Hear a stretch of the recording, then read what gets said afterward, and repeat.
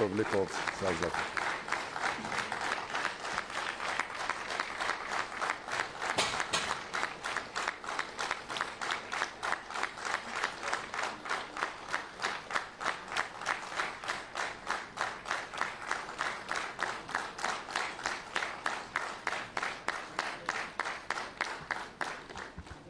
Thank you, but it's not enough. Once again, because, okay. Excellencies, for the first time, almost after 8 years, the sitting head of the state of South Africa is with us. His Excellency Cyril Ramaphosa. Thank you so much.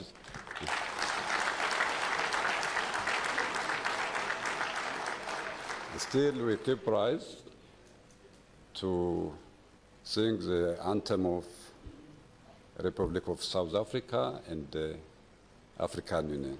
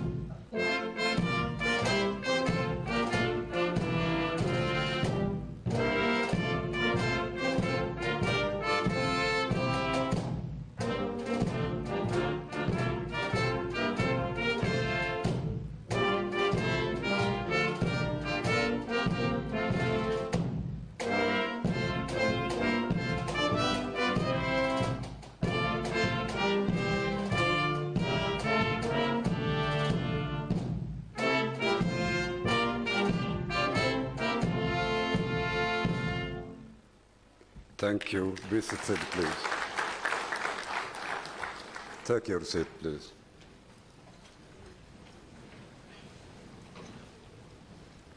Your Excellency, Cyril Ramaphosa, President of Republic of South Africa, Your Excellency, President Dr. Buttigieg, President of Pan-African Parliament,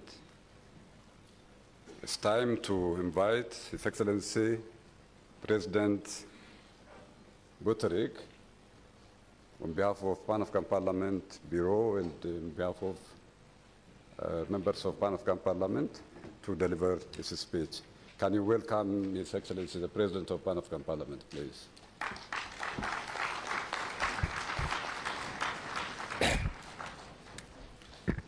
Shukran. Thank you. Thank you very much, Your Honorable First Vice President of the Bureau of the Pan-African Parliament. Once again, I'd like to thank my colleagues, members of the Pan-African Parliament, and I would like them to give the adequate welcome for His Excellency Ramaphosa, the President of the Pan-African Parliament. South Africa.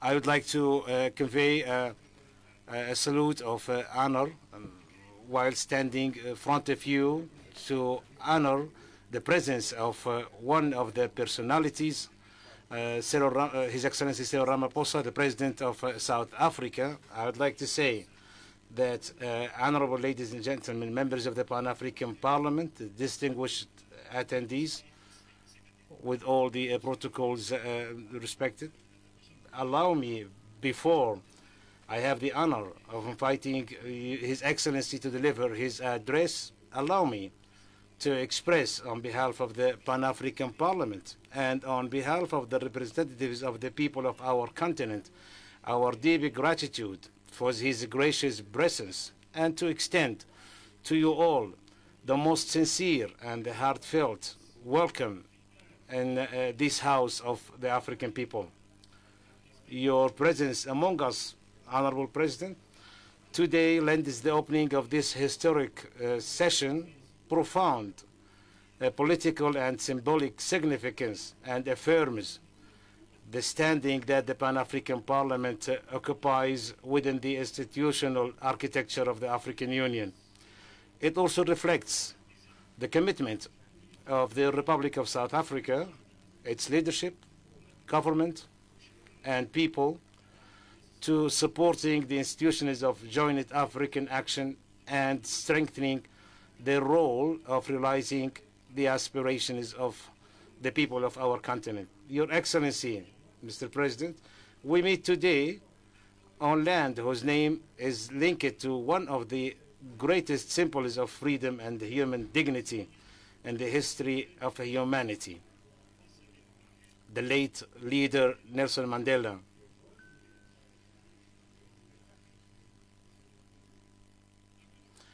I say, today we are standing on a land that's linked with one of the symbols of freedom and dignity in humanity. And I mean the late leader Nelson Mandela, who was not only a leader of South Africa, but became a global symbol of reconciliation, justice, and moral leadership. Mandela proved that the strength of nations is not measured by the resources they possess, but by the values they embody, and that unity, tolerance that we are in dire need today. Unity, tolerance, and dialogue are the most effective path to building a prosperous and stable future. Carrying this great legacy, the Republic of South Africa continues to play a pivotal role in defending the causes of the continent, strengthening its presence in various international forums, and contributing to consolidating the principles of freedom, justice, peace, and cooperation among nations. Under your wise leadership, your country, Your Excellency, your country has remained a sincere partner in joint African action and has hosted the Pan-African Parliament since its founding, providing it with all forms of support and care, a stance that will remain a source of appreciation and gratitude from all members of the Pan-African Parliament and representatives of the people of the continent. At the outset of this new legislative term, we look forward to a renewed phase of close cooperation with your leadership, one that strengthens the standing of the Pan-African Parliament and enables it to fully carry out its legislative oversight and advisory functions, so that it may be a genuine voice for the people of Africa and an effective partner in implementing the African Union's Agenda 2063. Your Excellency, the President, on this occasion, it gives me pleasure to extend to Your Excellency and to the government and people of the Republic of South Africa my sincerest congratulations on your country's assumption of the presidency of the G20, a historic event that embodied international confidence in South Africa's leading role and opens an important opportunity for our continent to make Africa's voice heard, defend its priority, and strengthen its presence within the global economic governance system. We are confident that South Africa's presidency of the G20 will carry forward the aspirations of the continent and the concerns of its peoples, and will contribute to advancing a fairer and more equitable international order, granting Africa the full standing it deserves as a partner in shaping the world's future. Our continent possesses the energies, wealth, and the potential that qualifies to be an influential global power. However, achieving this ambition requires a unified political will, strong African institutions, a sincere cooperation among the various organs of the African Union. From this platform, we renew our aspiration for your continued support of the Pan-African Parliament and for strengthening coordination between it and the organs of the Union in a manner that consolidates the principle of good governance, strengthening peace and security, advancing the process of development and economic integration, and brings the institutions of the Union closer to the African citizen. We also express our confidence that your leadership will continue to defend the just causes of the people of our continent and work to unify African positions in international forums and strengthens Africa's voice in a manner that commensurates with its standing and potential. Your Excellency, Mr. President, we look forward to your gracious visit today, being the first of successive visits by Your Excellency to the Pan-African Parliament, and that it will likewise be reinforced by regular visits from your fellow heads of state and governments of Africa, so that this parliamentary edifice may remain a permanent space for dialogue, consultation, and coordination among political leaders and the representatives of the continent's people. Honorable President, the direct presence of Africa's leaders in the Pan-African Parliament gives our institution renewed political momentum, strengthens standing within the African Union system, and affirms the collective belief that it is an essential partner in continental decision-making, in keeping pace with the implementation of Agenda 2063 and in consolidating the values of unity, integration, development, and peace. We are confident that your personal support for this vision will convey a powerful message to all African leaders that the Pan-African Parliament is the home of the continent's peoples, their unifying platform, and their partner in building the Africa we aspire to. To conclude, Your Excellency President, the members of the Pan-African Parliament who represent the diverse peoples of the continent look forward with a great interest to hearing your vision on the future of Africa and hear the role of the parliaments in supporting continental integration, strengthening democracy and development, and translating the aspirations of the Agenda 2063 into tangible achievements felt by African citizens. Once again, Honorable President, it's my honor on behalf of the Pan-African Parliament and on behalf of the representatives of the peoples of Africa to invite Your Excellency to kindly deliver your address in front of the members of the Pan-African Parliament. We thank you and we welcome you.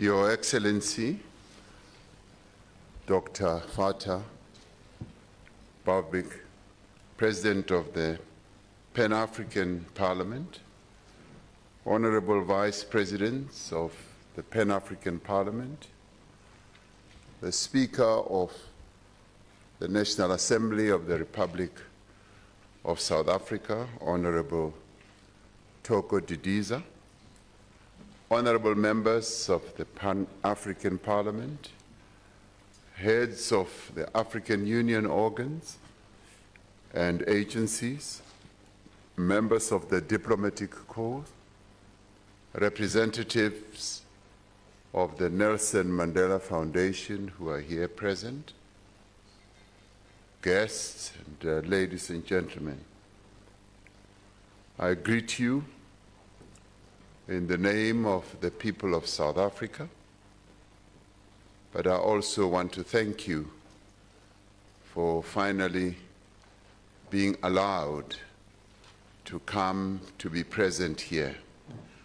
I've longed for this opportunity for years, but I've never been allowed to come. So thank you very much.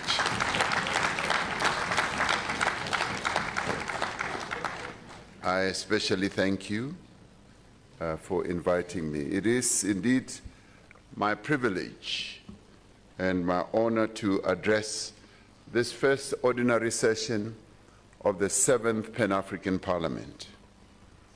The Pan-African Parliament carries the hopes as well as the aspirations of more than 1.5 billion Africans, and it carries the aspirations for peace, progress, and prosperity across our beloved continent.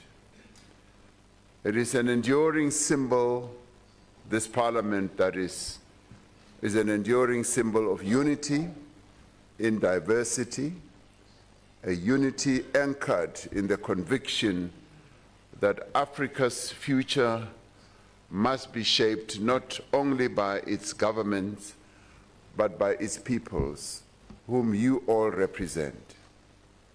We gather at a moment when events beyond our shores are having a profound and damaging impact on the lives of the people of our continent. The wars that are raging across the world are causing great instability and uncertainty.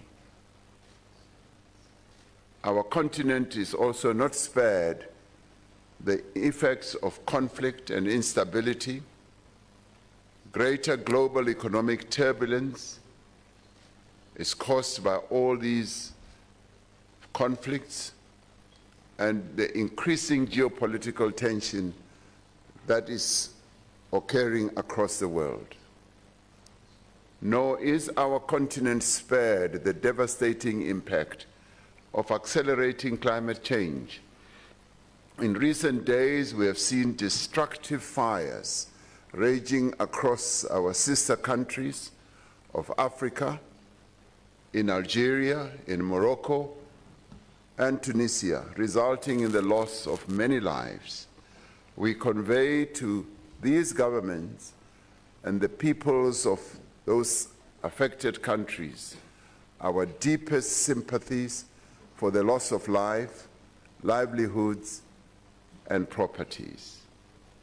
I think it will be proper for us to observe a moment of silence for those lives that are being lost at this point in time. Please, let us observe a moment of silence.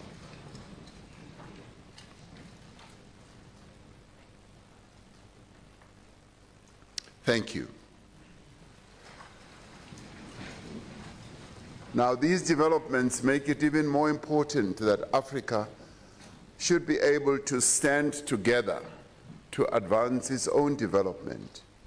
Mr. President, we congratulate you and your 4 vice presidents on your successful election to lead the 7th legislature. We wish you well for your term of office. We are confident that you will, together with your colleagues, be able to advance the noble mandate of African unity with integrity and with purpose. For the democratic South Africa, few honors have carried greater significance than hosting the Pan-African Parliament. We are deeply honored as a nation, as a country, to be the host of this august body. Being the home of one of the preeminent institutions of Africa's democratic architecture is more than a privilege for South Africa. It is a responsibility and a duty that we carry out with humility.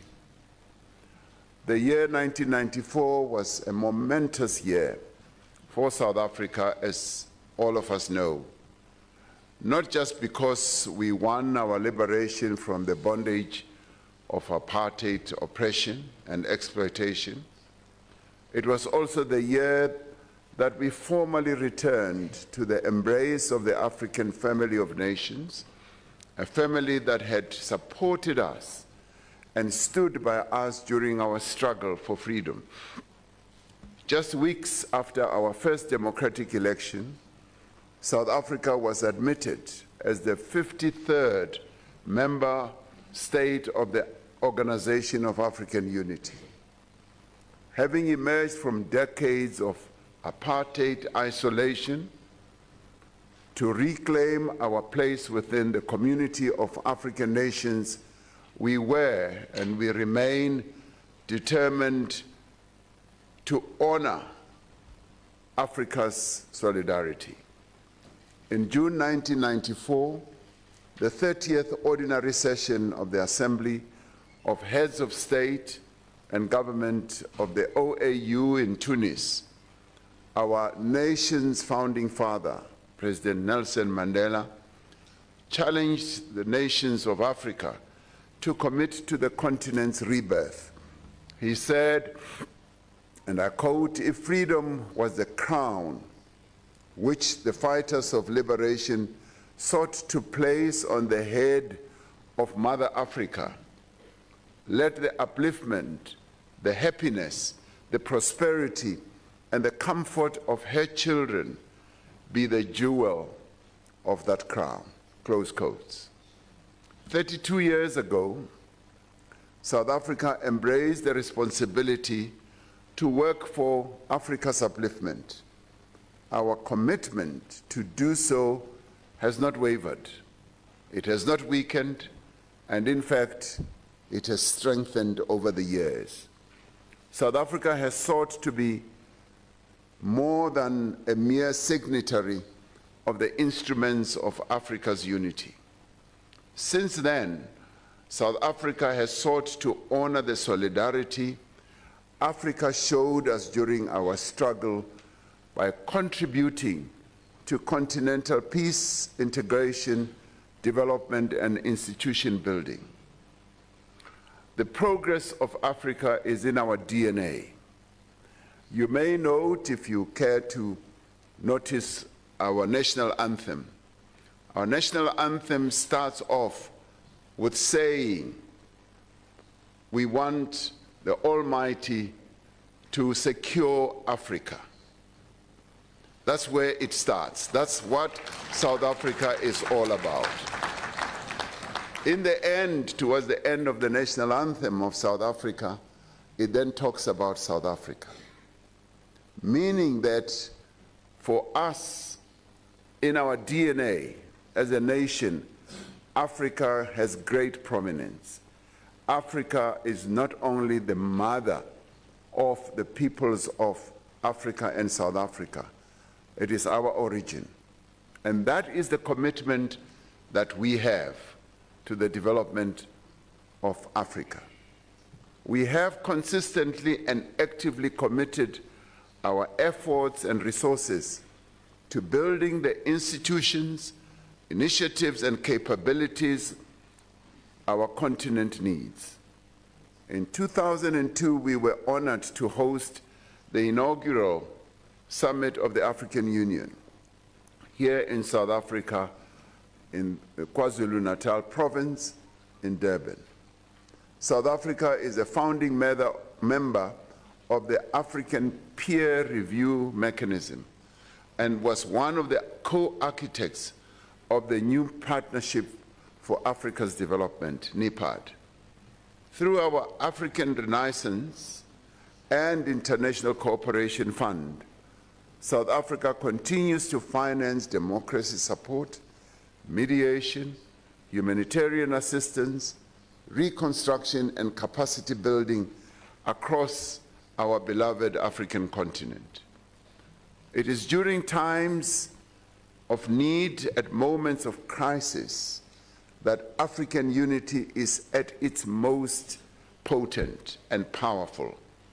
6 years ago, our continent was confronted with the worst global health crisis in more than a century. Through the collective efforts of member states, the African Union institutions, and the Africa Center for Disease Control and Prevention, we coordinated a continental response to the COVID-19 pandemic. We were, as South Africa then, we had been given the responsibility to be chair of the African Union. We worked with others to establish the first Africa medicine supplies platform to procure critical supplies and medical equipment. This was an innovative development where we worked together with all other countries on our continent to procure all these supplies at a much lower rate. We established the African Vaccine Acquisition Task Team to procure millions of vaccines for the continent. As a continental collective, the lessons learned from the COVID-19 pandemic have strengthened our resolve to better coordinate future pandemic prevention, preparedness, and response. And today, South Africa has been asked to be the champion of the preparedness and response for future pandemics that could come. Africa demonstrated the value of continental solidarity during the COVID-19 pandemic. We were able to demonstrate that when we work together to confront a crisis, we are able to express unity, to demonstrate our unity and our strength. Through the African Union, virtually an entire continent was brought under a joint continental strategy, coordinated by Africa's own public health agency, the Africa CDC. Our continental response extended beyond the geographic boundaries of our continent, recognizing the African diaspora as the sixth region of Africa. We opened the Africa Medical Supplies Platform and the African Vaccine Acquisition Trust to the countries of the Caribbean community, who we regard as the sons and daughters of Africa. This enabled Caribbean countries to benefit from Africa's pooled procurement of critical medical supplies and vaccines. At a time when vaccine nationalism was taking hold and poorer countries were being pushed to the side and to the back of the queue, Africa did not only call for international solidarity, it showed unity and it moved forward with great determination. Africa practiced solidarity. We extended the institutions and the mechanisms we had built to our brothers and sisters in the Caribbean.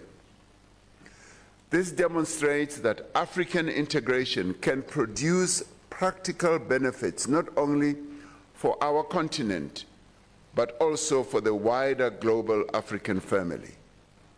This resolve is evident in the response to the Ebola outbreak in the Democratic Republic of the Congo and in Uganda, ably led by the Africa CDC. We commend the affected countries for the decisive action they have taken to contain the Ebola outbreaks and further congratulate this Parliament for dedicating time during this parliamentary session to deliberate on the continental response to this public health emergency. I personally visited the DRC and saw the extent to which the DRC has developed some of the world-class capabilities in dealing with Ebola. They have set up a laboratory of enormous capability and been able to track the development of Ebola and are now in the process even of developing a vaccine. So the DRC is to be really congratulated for showcasing what Africa is capable of, and they need to be applauded for that.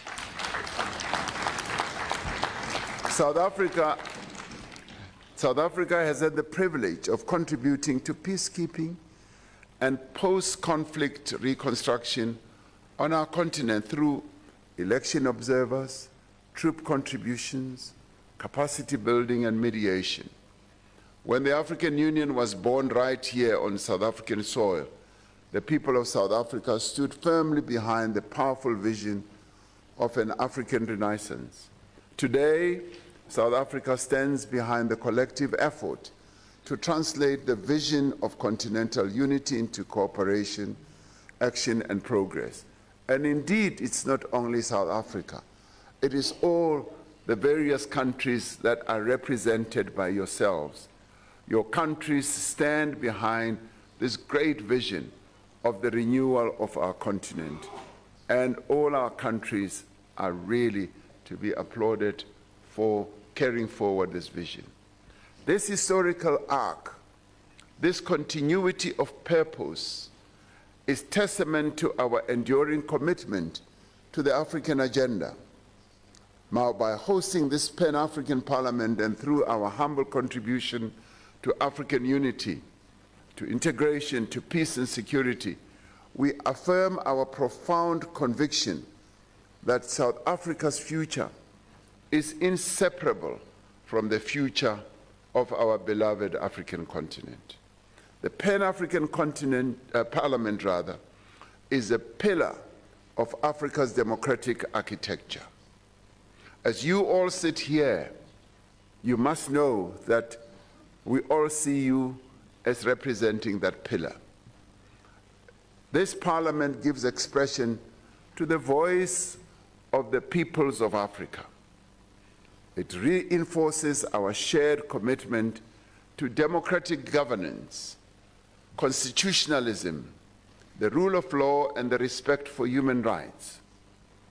As elected representatives of our continent and of our people, you have a unique responsibility as members of this Parliament to strengthen accountable institutions, to promote transparency, and to ensure that the aspirations of the African Union are translated into tangible improvements in the lives of the people of Africa.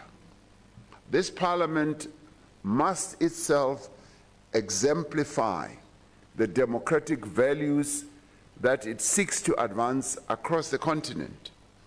It must be a model of integrity, of transparency, of accountability, and responsible stewardship and fidelity to its own rules. Its strength will depend not only on the powers entrusted to this Parliament, but also on the confidence it inspires among the people of Africa. We welcome the efforts of this Parliament to exercise oversight over the flagship projects of the African Union through its various committees.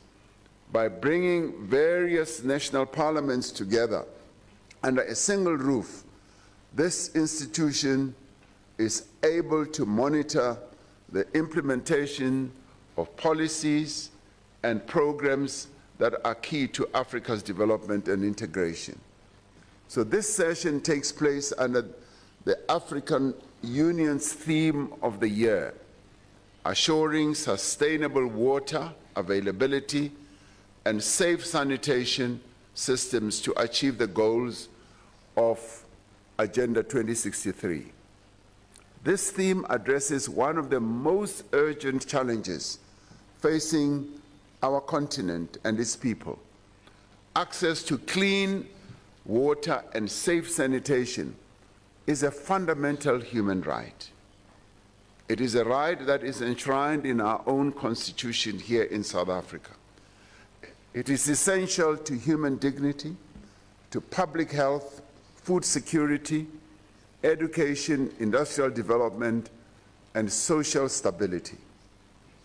Yet millions of people across Africa still live without a reliable supply of safe drinking water or adequate sanitation. Women and girls often carry the heaviest burden, traveling long distances to collect water and losing opportunities to learn, to work, and to participate fully in community life. Climate change is intensifying droughts and floods. Aging and poorly maintained infrastructure is failing communities. Pollution, inadequate investment, and weak governance are placing further pressure on scarce water resources in many countries. Water insecurity does not respect national borders. Many of Africa's rivers, lakes, and groundwater systems are shared between countries. This sustainable management, or their sustainable management, requires cooperation, trust, and a shared commitment to the interests of present and future generations. The Pan-African Parliament and national parliaments have a duty and they have a decisive role to ensure that this resource is properly managed. They must develop and harmonize enabling legislation, oversee public expenditure, promote investment in water infrastructure, and hold governments accountable for delivering reliable water and sanitation services. They must ensure that continental commitments are reflected in national development plans, municipal budgets, and the daily lives of our people. South Africa is on its own confronting its own severe water supply challenges. South Africa is a water-scarce country, and through our National Water Action Plan, we are working to strengthen accountability, to rehabilitate infrastructure, to improve municipal performance and mobilize investment in water security. We recognize that no country can address these challenges in isolation. We must share knowledge. We must also share technology, finance, and expertise across our continent. And we look to the Pan-African Parliament to continue to leverage its mandate in pursuit of peace, good governance, the empowerment of women and young people, climate justice, and other key issues facing our continent. This Parliament must be resolute in defending constitutional democracy. It must speak clearly against unconstitutional changes of government, unlawful extension of political tenure, the weakening of democratic institutions, and the misuse of public resources. This Parliament must defend the independence of legislatures, of our courts, and institutions established to protect democracy. Democratic governance is not an abstract ideal. It is essential for peace, development, and the confidence of the citizens of this continent, particularly confidence in the institutions that are meant to serve them.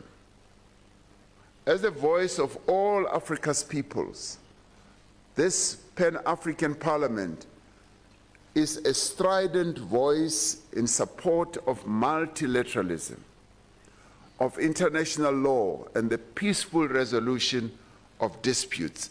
That voice must be heard loud and clear coming from this institution.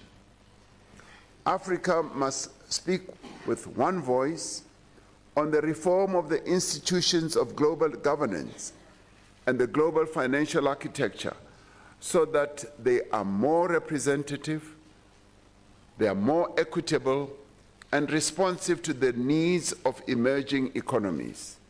One of the most significant tasks of this Pan-African Parliament is in this era is to provide guidance to the putting into effect of the African Continental Free Trade Area. The African Continental Free Trade Area is undoubtedly the most powerful instrument we have as a continent to realize our cherished goal of African unity, but more importantly, of African prosperity and progress. If we use this instrument properly, to its greatest effect, this Continental Free Trade Area will overcome the boundaries that colonial division and exploitation impose on our people and our continent. It will open our rivers to commerce and our ports to trade. It is the foundation on which we will build new factories that will employ many of our people to produce goods that are made by African hands on this continent. It will develop new mines. It will plow new fields and build new data centers. This Continental Free Trade Area will enable our people to realize their potential and to develop the skills that will drive the global economy of the future. It will allow the men and the women, rather, the women and the youth of this continent to place their energies and capabilities in the service of inclusive growth. But truth be told, agreements alone will not create a continental market. We must remove non-tariff barriers, modernize our customs systems, improve transport and logistics, harmonize regulations, and establish payment systems that will make it a lot easier and less costly for African businesses to trade with one another. The Pan-African Parliament must work with national and regional parliaments to domesticate the African Continental Free Trade Area, commitments to harmonize legislation and to hold governments accountable for implementation. The goal of African integration extends beyond infrastructure, commerce, and trade. African integration imagines a continent where knowledge, where culture, where innovation and ideas flow freely across borders, across rivers, across mountain ranges, and across great plains. It envisages a continent where people are not constrained by strictures placed upon them by lines drawn on a colonial map. And if we are to realize this vision of African unity and integration, we need to collectively attend to the challenges and opportunities that face us. And some of those challenges are challenges of migration, which is a topical issue not only on the African continent, but especially in South Africa as well. Today, many parts of our continent are confronted by the challenge of migration in our own countries and out of our continent to other continents. Here in South Africa, as has been the experience of other countries, we have witnessed outbreaks of anti-migrant sentiment and incidents of intimidation and violence directed at foreign nationals, and incidents that have been quite sad and abhorrent, where people have been injured and some people have died and lost their lives, which we as South Africa deeply, deeply regret and mourn. This is fueled in part by misinformation and prejudice, but it draws on a genuine concern among some South Africans about the social and economic burden that is brought upon them by illegal migration. As the South African government, I want to make it clear, we have taken a firm stance against any form of intimidation, vigilantism, or violence directed at people from other countries or other nations. We've taken a firm stand against hatred for people from other countries, xenophobia or Afrophobia. We have taken steps to strengthen and enforce our laws, to diffuse tension and to ensure that all persons within our borders respect the rights of all, and that the rights of people from outside South Africa are respected and upheld. Migration itself is an essential part of the African story. Throughout history, across every continent, people have moved in search of opportunity or safety, and they will continue to do so. We must not conflate lawful migrants, refugees, and asylum seekers with people who enter or remain in countries in violation of immigration laws. Nor should migrants or people from outside the country be made to be scapegoats for unemployment, crime, or shortcomings in the delivery of public services. Our response must combine firm, fair, and effective immigration management with an unwavering defense of human dignity and the rule of law. Our task is to ensure that migration is managed in a manner that affirms the rights and dignity of all people, that respects international conventions, and that advances social cohesion and the unity of Africans as a whole. And this is where we also say that we need to work together, and we call upon various countries on our continent to work with us to address this challenge. South Africa cannot solve this challenge alone.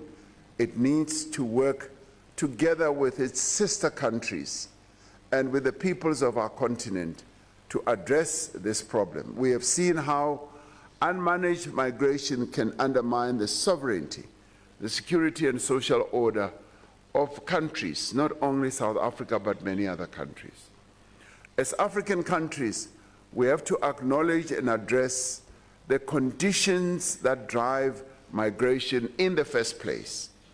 We need to work together, as I said, to address issues like conflict, instability, governance failures, poverty, and social discord. We need to create equal economic opportunities across the African continent. But we also need to silence the guns, which is a very clear and firm position that has been taken by the African Union. We need to build inclusive institutions of governance. We must work for a future where Africans are able to migrate out of choice and not necessity. And we call on this Pan-African Parliament to take up the mantle of leadership, to be at the forefront of finding sustainable solutions to this issue. When I met the members of the Bureau before coming to this open session, they said, Mr. President, will you articulate what this Parliament should do in addition to what it is called upon to do? And it is this. This is this issue of migration that this Parliament must give leadership to. This Parliament must address this issue in a way that brings us all together, to work together. The measure of Africa's development will not only be the ease with which Africans can move across borders, it will also be the extent to which every African country offers all its citizens sufficient opportunity, dignity, and hope. As the honorable members of this Parliament, as the collective leadership of this continent, we have a responsibility to build a better Africa. It cannot and should not be the responsibility of the heads of state or certain countries only. It must be a collective responsibility, and all of us who are seated here are leaders, and that is why we were elected and chosen to come and represent our peoples of Africa. We have a responsibility to build a continent that is at peace with itself, where conflicts are resolved through dialogue and diplomacy, rather than through the barrel of a gun. It is a continent that produces everything that it needs. This is what this continent must be. That extracts from its abundant resources the full value that belongs to the peoples of Africa. Rather than exporting our raw wealth, we must process our minerals, our agricultural produce, and our energy ourselves.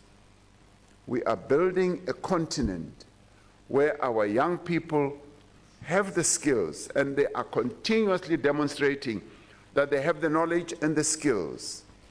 We must also build a continent where capital and opportunity is there to build enterprises and careers on African soil rather than seeking them abroad.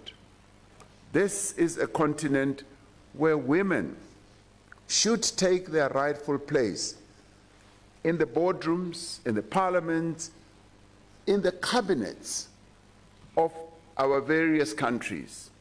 And they must take their place not in the home only, but in the factories, in the various institutions that lead this continent. This continent must be a continent whose voice in global institutions matches its size, its history, and its potential. Long must be the days when Africa is always pushed to the back. Africa belongs to the front. We must lead the global events that are unfolding, because we are, as Africa, the origins of humanity. Humanity originates from this continent. We must therefore take our place in global matters. And to do so, we must have a common voice, one voice that is powerful and resolute on the reform of the United Nations Security Council, on the international financial architecture, and in the councils that set the rules of trade, climate, and technology. Now, to build this Africa, we must translate the agreements we have signed into the laws, institutions, and resources that give life to these agreements. But this Parliament must also be given the legislative powers that that it requires. Now, yes, the Malabo Protocol was passed. It has not yet been ratified by many countries. And I will call upon my own country and many other countries to ratify this protocol, so that you must not be members of a toy telephone. You must be a parliament that really delivers, a parliament that regulates, that seeks to regulate the various continental matters that affect the peoples of Africa. And of course, many people fear that you will replace their own national parliaments, and I don't believe so. You should be able to function as the parliament of our continent in consultation and in cooperation and collaboration with our national parliaments. Too many of our continental commitments remain aspirations on paper. We must invest in our people, in education, in health and skills, so that our demographic strength, and it is a huge strength, of 1.5 billion people going to rise to a much bigger number. And this strength must become a dividend and not a burden. We must connect our continent with the roads, with railways, with ports, energy grids, and digital infrastructure that allow goods, capital, data, and people to move freely. We must strengthen the institutions of this union, of our African Union, so that they have the authority and resources and political support to act on matters of peace, security, health, and development and trade. And we must remain united. Africa's story teaches us that division has long been the instrument through which others have sought to shape our destiny. A united Africa shapes its own destiny. The success of this 7th legislature, this 7th parliament, will not be measured only by the debates that you hold or the resolutions that you will adopt. It will be measured by the laws that it helps to shape, the commitments it helps to implement, and the difference it makes in the daily lives of the people of Africa. History will judge us not by the speeches that we deliver, but by the Africa we build. Yes, that is so. So let this parliament be the conscience of our continent. Let it be the voice of Africa's most vulnerable. Let it be the guardian of democracy, and let it be the champion of peace. But let it be the great reservoir of enabling the young people of our continent, the women of our continent, to take their place in development matters and in matters of progress. So this parliament, therefore, has a great responsibility. And let me say, we are there to work with you, to support you, and to enable you to execute your tasks. Mr. President and Vice Presidents, I thank you for giving me this opportunity. At last, I've now been allowed to come here. So thank you very much.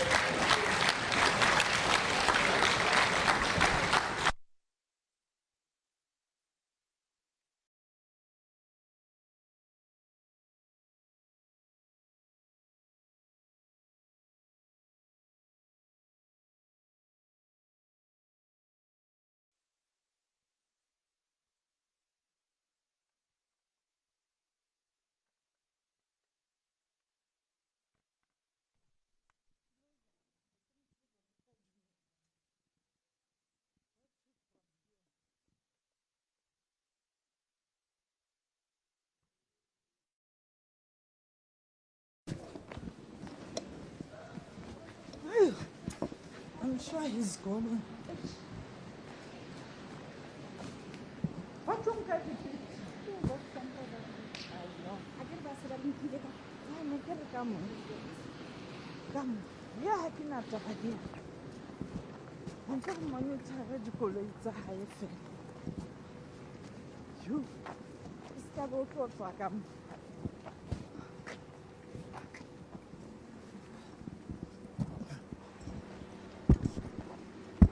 a re ba sa ba le bangata a re